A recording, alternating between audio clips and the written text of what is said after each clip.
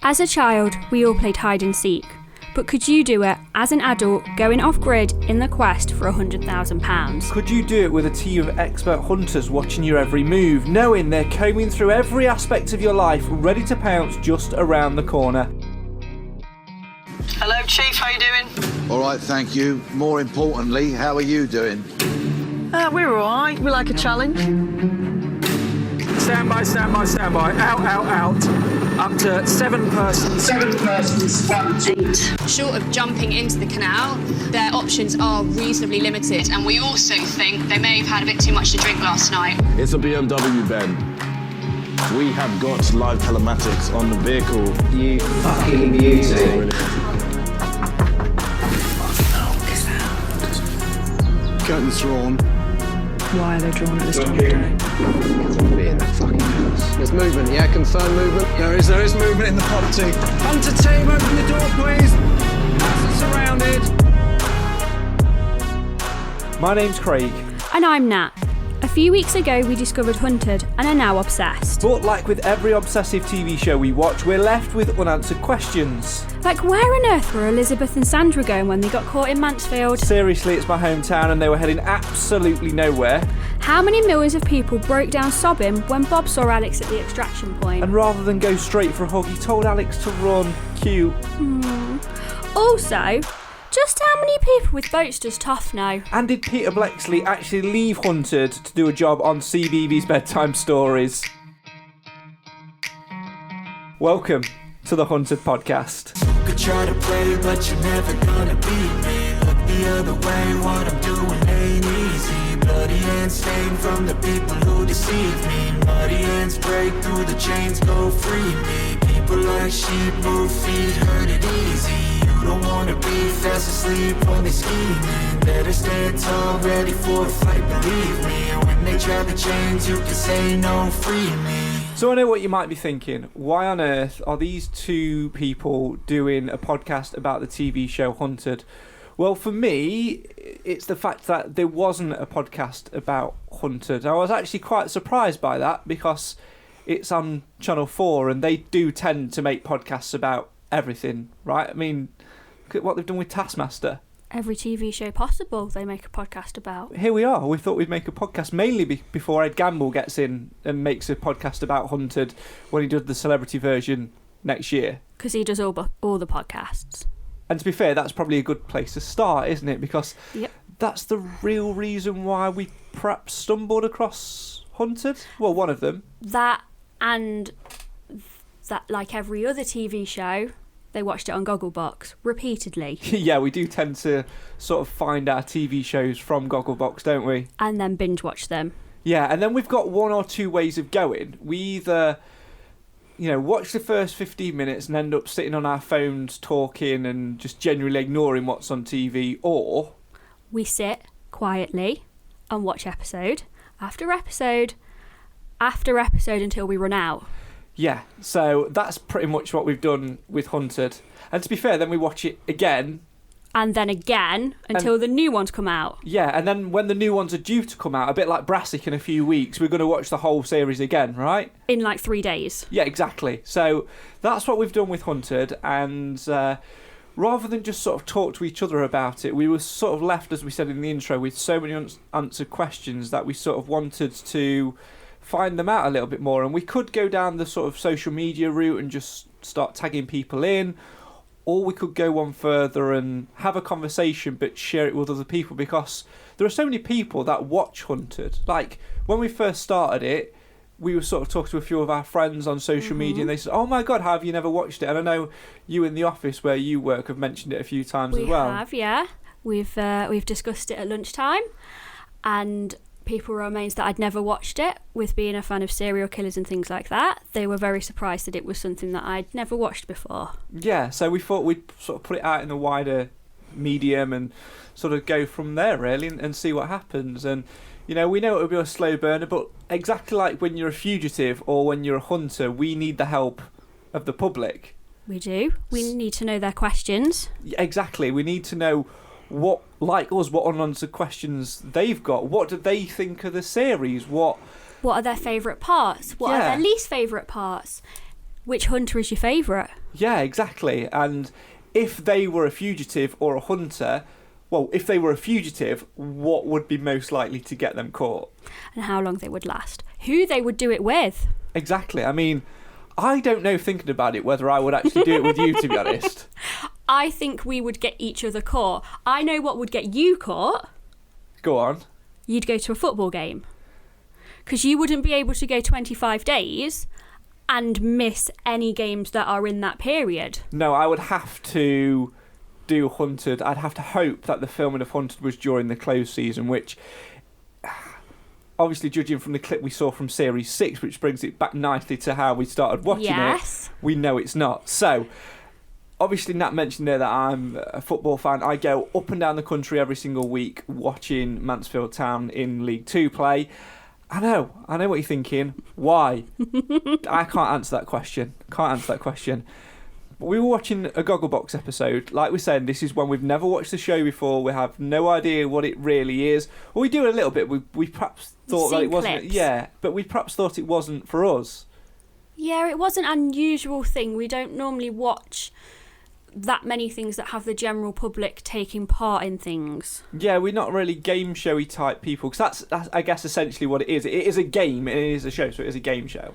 A little bit, yeah. We tend to watch scripted dramas. And it's also a bit reality. Yeah. Which... Scripted dramas, mainly around serial killers. Yeah. So, it wasn't our thing. But anyway, so we were watching Gogglebox, weren't we? Yep, as we do a lot. And what happened? They were watching Hunted. And two people from the series that we have not watched yet. Yeah, worth pointing that out, by the way, that we've literally just finished Series 5. We've got a celebrity and a civilian left to watch. Yeah. So, the civilian that we have left to watch, two of the contestants, Fugitives, yeah. not contestants. Two of the fugitives went to a football game in Carlisle. Why? And I believe one may have been caught at the game in Carlisle. We're not sure because we've not watched it yet. But we wanted to know, why would you go to a football game whilst you're taking part in something that you have to stay hidden? Exactly. I mean, even in League 2, Carlisle get average attendances of 3,000-4,000. So, but that's still a lot of people that are going to potentially see you, take photos and say they were here, etc. And of course, there are a load of security cameras around the ground. So why, I don't get, we didn't quite understand, did we, why they go out in the public domain. And again, this is before we, understood the bits and bobs surrounding the show. We had no idea how far into it they were. We literally just got... We didn't really understand what it was and what they had to do. Yeah. So that was one of our unanswered questions was, why did they go to this game? Who were they, for a start? We had no idea who they were and who were the people that were chasing them, why they were chasing them, etc., etc., etc. But rather than just watch that episode, we had to sort of go from the start to basically understand it. Although having watched it now, I think you can literally drop in at any series and understand it. I think you can also drop in at any point during any series. Now, I think you've got to watch it from the start, because otherwise you're not going to know who people on the point is, because the first episode sets a lot out. I guess so, but some people you don't necessarily fully meet until you're sort of 2 or 3 in. You don't get to find out more about them until you're further in. There's always an idiot that gets caught by getting on a bus, putting a wig on, asking the conductor to skip a stop, getting off the bus and getting caught by Dave and Julie. Like 8 hours later. Yeah, pointless. Or get off a bus in Mansfield and heading completely away from any form of civilization. Yep.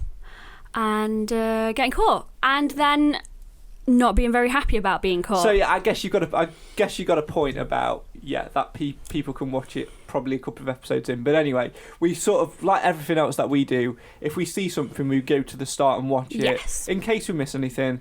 Like I did with Line of Duty years and years and years ago. I actually started watching that show from Series 2, thought, this is awesome, why have I missed this? Went back and watched Series 1 within 2 days, and then when we got together I introduced you to it, because that was before we got together. Yes, it was. So we've been together, 5 years? In December. Yes, got that right. Well Get done. some points for me. High five me, don't you? Boom. So that was on before that. So I introduced you to it and you did exactly the same thing, and you said you know, it was worth watching it from the very, very start. We binged it. Yeah. Like always. Yeah, so it was always good fun. Seen that episode of Gogglebox where they were in Carlisle, and then what we sometimes do at night is we whack Netflix on and just have something on in the background, and we just happened to be watching another episode of Gogglebox where again they were watching Hunted. We do watch things other than Gogglebox. And Line of Duty. And Hunted. Sometimes. And anyway, the particular episode this time was the Celebrity Hunted, the first series, with Jamie Lang and Spencer Matthews, where they're on the boat in the middle of the sea somewhere and the helicopter is above them, and Spencer pulls down his shorts and shows his bottom to the helicopter and the hunters. So he literally pulled a Mooney, and we thought that was quite funny. So we thought, right, there's a celeb version as well as a civilian version. We've got to watch this. There was nothing on, and we just took the plunge and watched it. And started with the Celebrity. Yeah, started with the Celebrity, and then that confused us because Blexley was the chief in the Celebrity. And we went back and he wasn't. Because I think we actually watched 2 celeb series before we actually watched any civilian series. I think we might have done, yeah, because we just thought that they wouldn't follow each other and it wouldn't matter which way round we watched them. Yeah, and it sort of did, because then we were looking at the hunters going, who on earth are you? Yeah, and why is Blexley not in chief? Charge? Yeah. We have definitely gone the arse way round of watching it, but the point is we have caught up-ish. Almost. We've got one more celeb one to watch, and we've one more fugitive one to watch. Yeah. Fugitive one? Civilian. Come on, Craig. Civilian one to watch. And then we will be fully caught up. But the whole idea of this podcast really was to, I don't know, to engage a few of you guys, to find those unanswered questions and to delve in. And we have been doing some digging, almost like channeling our inner hunter. We have, yeah. We've got lists and a notebook and highlighters. Yeah, you were very excited by that. I'm always excited by stationery. We have actually come up with a few people that we are going to be interviewing on the podcast, and that we are going to be sort of talking to and finding out their stories, their opinions, and a few of the questions and the backstage thing. We're not going to reveal who they are just yet, but we can tell you that we have got a good mix, because we've narrowed it down into 3 categories? We 3 or have. 4? We've got 3 categories. We have hunters, which includes office and ground hunters. They're in 1. Celebrity fugitives and civilian fugitives, 2nd category. And 3rd is production. Yeah, so the whole thing about production was, if you've not already guessed by now, I am a broadcast journalist, or was. I work in creative and digital media. I do a Mansfield town-based podcast as well. I've worked in commercial radio for a bit, so I'm quite into the production side of things. And one of the first things I said to you, wasn't it, was about the cameras and them following around. Like, they must need to change that battery on that camera at some point. You say it so many times. And download the footage. You know, SD cards can only hold so much footage. So, you know, I was interested about that. Like, do the same camera people follow them around all the time? Yeah, how many camera people? Do the camera people get in the way? Because if you think about it, you know... Yeah. You're running across a field. Yeah, and they've got these heavy cameras. I mean, we've got one behind us here, which is pretty much one of the similar ones they use on the show. I wouldn't want to be running with that. No, and they're using gimbals and stuff which are basically like steady cam stuff to try and stop the motion blur. Thanks for explaining. It's all right. Thank you.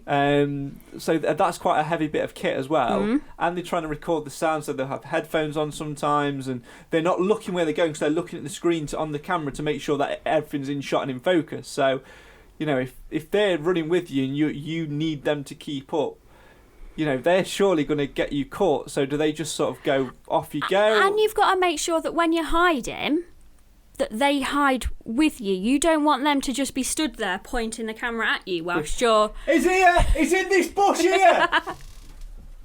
Behind that tree!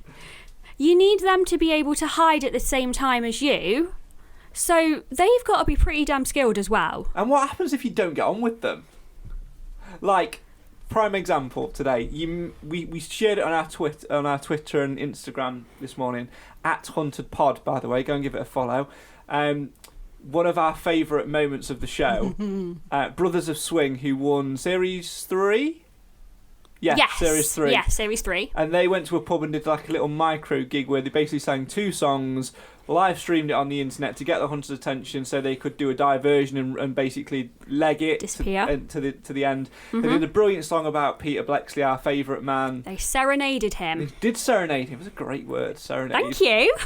And you could see on the video footage, because obviously it's shot by some, like, one of their friends or whatever, so they can post it on their socials. You can see the 2 camera people that are with them. One of them, by the way, is absolutely creasing himself laughing. He's loving life. I want to find him and I want to ask him, like, I just want to ask him so many questions about that.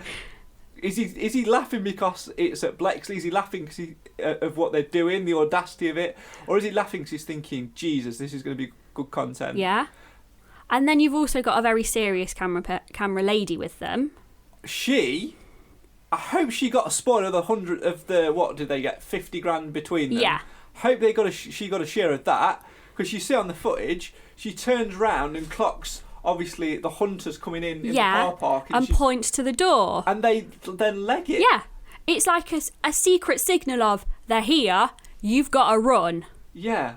And they sort of do a fake out of the door and then run a completely different way. Yeah. So they obviously had it pre-planned to give a signal. Yeah. But how many other times has the camera person got involved? Because they're there, you know, we're presuming, of course, that the same camera people follow them around. Yeah. And that you get close to them. Therefore, on that basis, you do get close to them over 25, 28 days or whatever it is, depending on the series. So you're bound to sort of form them bonds, and you're bound to sort of turn to them to help. Maybe when you're struggling, they might suggest an idea to you. They might lift your spirits. Exactly. So you've got to bear that in mind as well. So that's sort of one of the things we wanted to find out about. And then, of course, there's the flip side of it, where it's maybe a little bit sad and heartful, because in every series, what I love about the civilian series is the fact that it's not just, right, here's 5 pairs that are on the run. You usually have 4 pairs and 2 individuals. Yeah. And everyone has a story. Everyone has a story. Sometimes it's annoying, and we're definitely on the side of the hunters. Yes. Or in the case of Alex and Bob, we were totally I don't think I've cried that much at a TV show for quite a while. I've not cried that much at a TV show since Tom Clarkson died in Waterloo Road. Oh, no. Since she died in Unforgotten. Yes, that was quite sad, but we were in a pandemic as well when that was on. That's very true, yeah. Yeah, so we just we'd have cried at, like, Postman Pat in that. Yeah, probably. Anyway. Yeah, so we, you know, people like, in Series 1, there was the... what was his name? It's gone completely out of my head. He did, like, the real 39 steps and... The Doctor. Yes, he... just checking her notes. Just checking my notes. This is how unprofessional she is, because she'll be rustling paper. Ricky Allen. Dr. Allen. Dr. Allen. Yeah, Sorry for the paper. He got the burner car, didn't he? What I like to call the burner car, and sort of travelled around and completely went off grid. But he must have got to chat to that camera person, because it's very lonely on your own. It's all right if you're in a pair, because most pairs know each other, the mates or the couples. But when you're on your own, you're cut off from your family. It must be difficult. It must be. You need to make friends with your camera person then. And then, of course, you've got the other end of the spectrum, because Dr. Allen, was quite an outgoing person, an extrovert. It was a challenge for him in a physical and mental way, almost like a chess game, trying to outwit his opponent. Yes. But of course, then we had the following series. I think he was Series 2. Nick, the stay-at-home dad, who was very dependent on his wife and his network, and didn't tend to have many friends outside of it. No, and he wanted to prove that he could do something. Yeah. And contribute towards his family, I think he said. Yeah, which of course he did. The end. Spoiler alert. He did, and he was very deserving of that. Yeah, and I just want to know about, like, how did he find being with someone for that amount of time, what the camera people's reception were to him, but also, you know, that's the other reason why we put the production category in there. We want to know how it's produced, because I'm sure I read something online about nighttime movement, because the thing which struck me was, you know, if you're a real fugitive, if you are on the run for real, police don't just go, Dave, Julie, 5 o'clock, get your coats, it's home time. They don't stop at 5 o'clock, it's not a 9 to 5. It's not a 9 to 5. So they've got to keep running, so how do you get sleep? But obviously in this version of Hunt, there will be certain limits and parameters which we as the public and the viewers don't know. We don't know what happens at night. So I want to find that out. Yeah. We don't know when they can move, when they can't move. Where do the hunters go at night? And people who are on medication. What happens with their medication? You know, and all of that sort of... What happens if they injure themselves whilst they're doing the show? Yeah. Because surely at some point someone's twisted their ankle or cut their leg or been stung by... Everyone's been stung by nettles. Or bitten by a crocodile if you're in Australia. Or bitten by a crocodile if you're in Australia, but we don't need to worry about that here. No, but we will find out about the Australian version. We will, yes. And the American version? Yeah. Hunted around the world. We wanted to sort of find that out as well, don't we, about, you know, people's perceptions of it around the world, why it has taken off, and there's a lot out there to delve into, I think. There's a lot to ask, to think about, to figure out, and to uncover, because there is an element of the show which makes it quite addictive, because we've binge watched it in 3 weeks. Must be 3 weeks. Yeah. And we do some nights we do like 3 a night.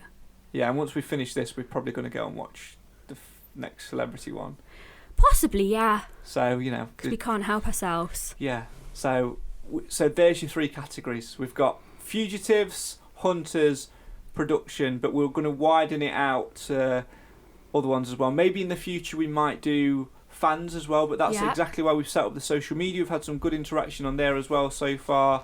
You know, people sharing their thoughts on the favourite hunters, the favourite fugitives and things like that. Favourite captures as well. So yeah, I guess before we sort of wrap things up, because we only wanted this to be sort of like a little mini episode to start before we delve into the proper one, we should probably share our thoughts on what we've seen so far. Okay. So, quick fire questions. I want you to fire some quick fire at me, and I'll fire some quick fire at you, and we'll sort of see where we get for it. And then what will probably happen is there won't be quick fire at all. We'll end up talking about each individual answer. But yeah. Okay. First question.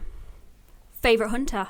Oh, tough one for me. Favourite hunter. Now, I quite like... I'm going to have to split this up into 2 categories. Okay. I'm going to have to go office hunter, and I'm going to have to go ground hunter. Okay, favourite office. Office hunter will either be Ben or what we know as Smiley Steve. And there's a reason for that. So tell everyone why we call him, who I mean by Smiley Steve, and why we call him Smiley Steve. So, Smiley Steve is Office Hunter Steve. Steve Hersey. Steve Hersey. And we call him Smiley Steve because whenever you see him on camera, that guy's smiling. He's happy to just be there and be helping. Yeah, and literally, I think probably 4 fugitives could get away and he would still be there smiling. And also, we started playing a game at the very start of Hunted about if Hunted was a film, who would play each individual hunter. We did. Mischief comedy.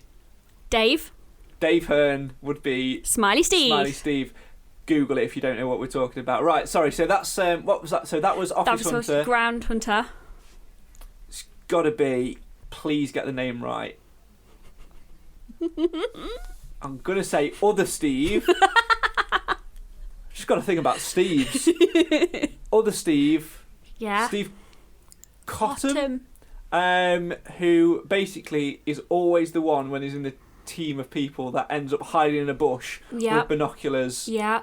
Like, imagine you were him and like that's your 4th one of the week. Is like, can we swap? Can I not just like do the driving No. and watching? No, I've got to like deck myself out in all these camouflage gear. Steve's got to hide with his running shoes on. Oh yeah, Ben always asks him if he's got his running shoes because he's gonna go. So there's my favourite 2. Right, go on. I'm gonna flip it back. You can do both. You can do Ground Hunter and Office Hunter. Okay. Office, Julie. Yes. Julie. Dave, Julie, get your coats. There we go. Julie's out there. She gets out there. She was there when Dr. Allen was caught in the train station. Yes. And she was there when the lady in series, I want to say 3 or 4, got off the bus and was caught. I think that might be 4 because we got a lot of quick captures in that one. Yeah, series 4. When she got off the bus, having diverted it. She basically went into some toilets, put a wig on, got on a bus, convinced the conductor to miss a stop, tried to fix her daughter up, and then got off the bus and got caught. And Julie was there. So Office Hunter Julie. Ground, I'm going to have to go with 2.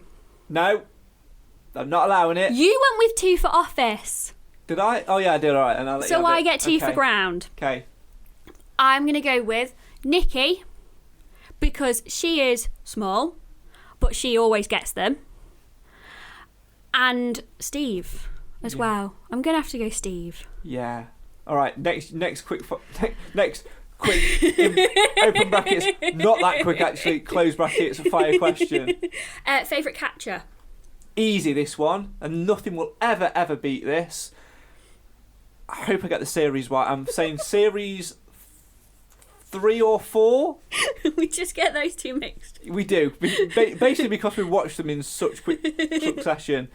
I think it's series 4. Anyway, you'll know which one it is. It's the Ghost. Yeah. So not technically a hunter, an agent which the hunters employ, who ends up picking these 2 girls up, youngish girls, I think. I want to say. Yeah, I think so. From the side of a road, and drives them to a motorway service station, where they then get caught by the hunters. It's just really good because it completely encapsulates the world of being a hunter and about things falling into place at the right time, but also shows, like Ben says on the video when they have the little video call after, which they always sort of do, never trust a stranger, never get into cars with stranger. Nope. And I'll tell you what does it, and this is another reason why I want to get production on, it's the production of that.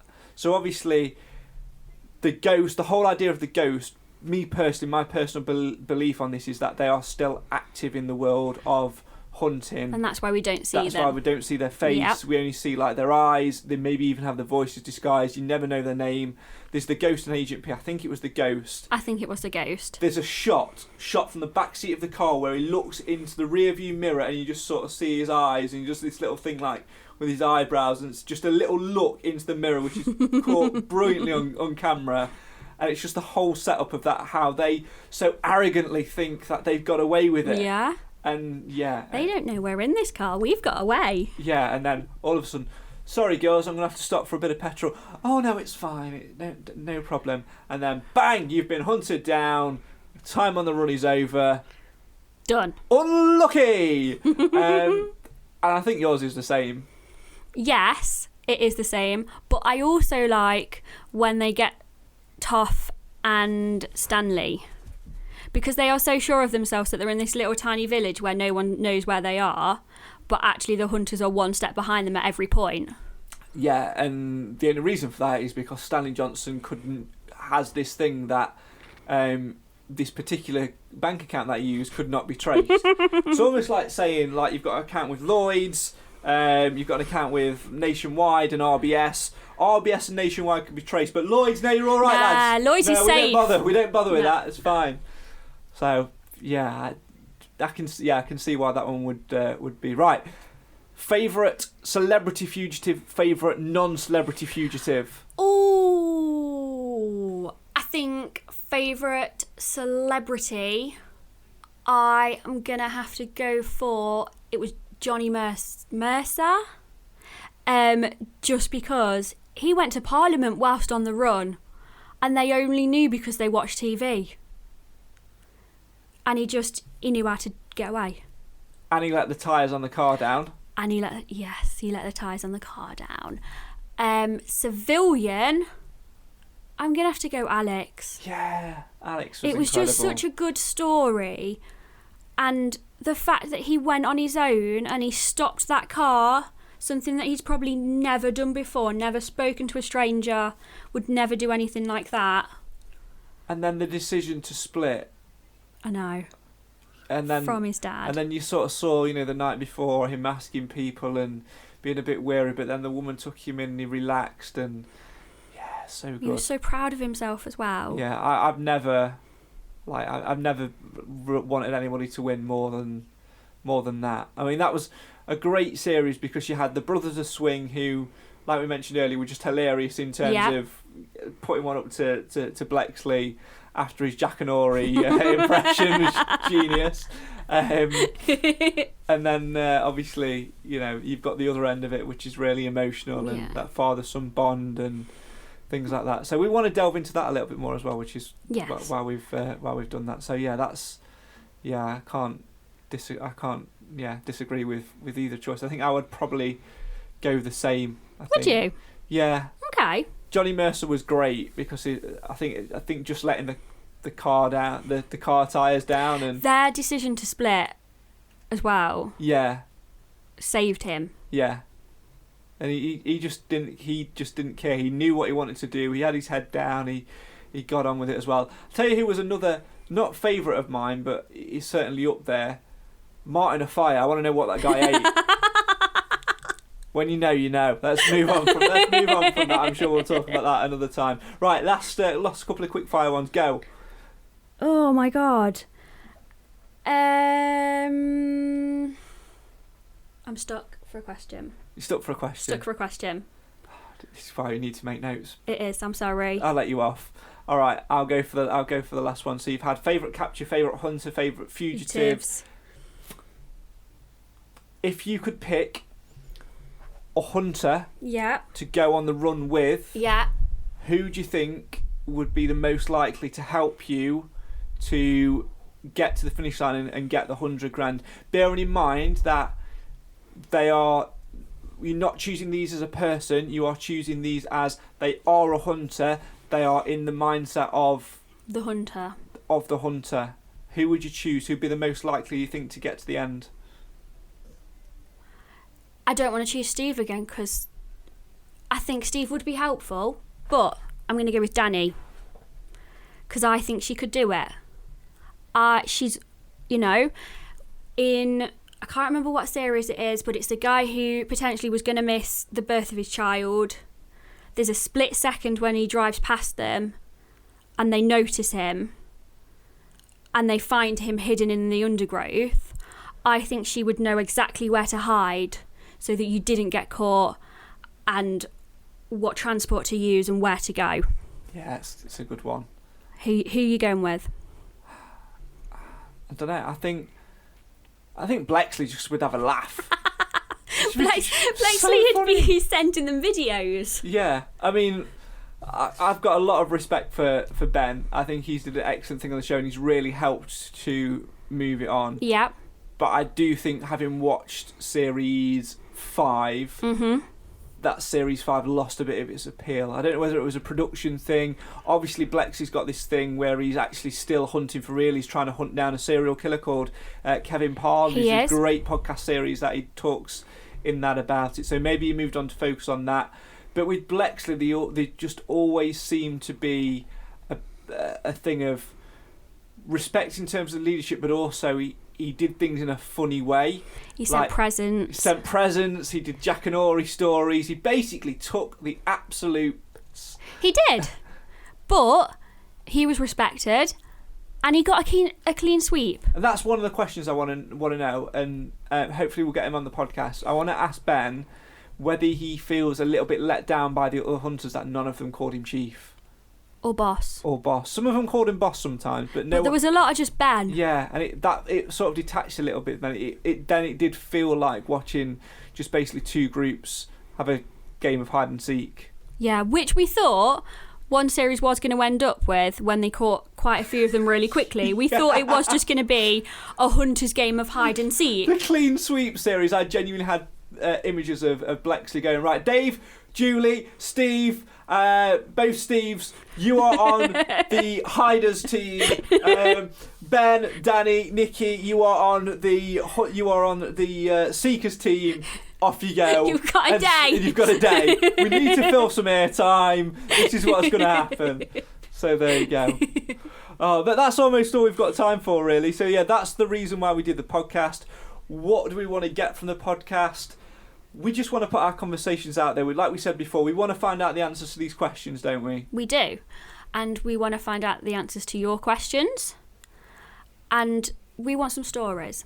Yeah, have you ever helped a fugitive? Would you help a fugitive? Yeah. I mean, I have my own things on that. That's probably an episode in itself. It is, yeah, probably. Yeah, have you ever helped one? Would you help one? Do you know somebody that's been on the run? Yes. You know, are you a camera person that's worked on the show? Are you a member of the production team that's worked on the show? Have you seen the show being filmed? Do you know a hunter? Yeah. Are you friends with a hunter? Have you got experience in the hunting field and perhaps feel like you could have done something on the show? Or are you just like us, a little bit obsessed and a fan of the show? And can't stop talking about it. If any of those apply, do give us a follow on social media. We are at HuntedPod on Instagram and on Twitter. We know that they're both sort of small at the moment. We are going to put a lot more work into them. Obviously, it's going to be a long time growing it. Instagram more than Twitter at the moment. We need to sort of grow, but we will do. We get in there with the list. We're sort of going through the series, and the list's a nighttime activity. Yeah, exactly. And we are sort of getting there. But give us a follow if you're on either of those, at HuntedPod on Twitter and on Instagram. Or if you want to drop us an email, you can do that as well. It is huntedpod@outlook.com. Well done! Woo, Remember what the email address is. So there you go. Yeah, drop us an email, drop us a tweet, drop us a message, whatever. And do get involved with the podcast. And don't forget, this is where we get all podcasty now. Okay. You've listened to another podcast to know what comes now. Don't forget to like, rate and subscribe. That's it. We've got some great episodes coming up for you over the coming weeks. Like we say, make sure you like, rate and subscribe. Make sure you're listening. Give us a share. Let all your friends know about the Hunted podcast. And we will see you again soon for another episode of Hunted, where we'll be asking questions like... Where on earth were Elizabeth and Sandra going when they got caught in Mansfield? How many millions of people broke down sobbing when Bob saw Alex at the extraction point? And just how many people with boats does Toff know? And of course, did Peter Bleksley leave Hunted to do a job on CBeebies Bedtime Stories? Because if he didn't, let's be honest, the producers of that show are missing a trick. I'd watch it. I'd definitely watch it. We don't have kids. No. That's why we're doing this. Yep. All that's left to say is thanks very much for listening. Your time on the pod is over. You have been hunted down.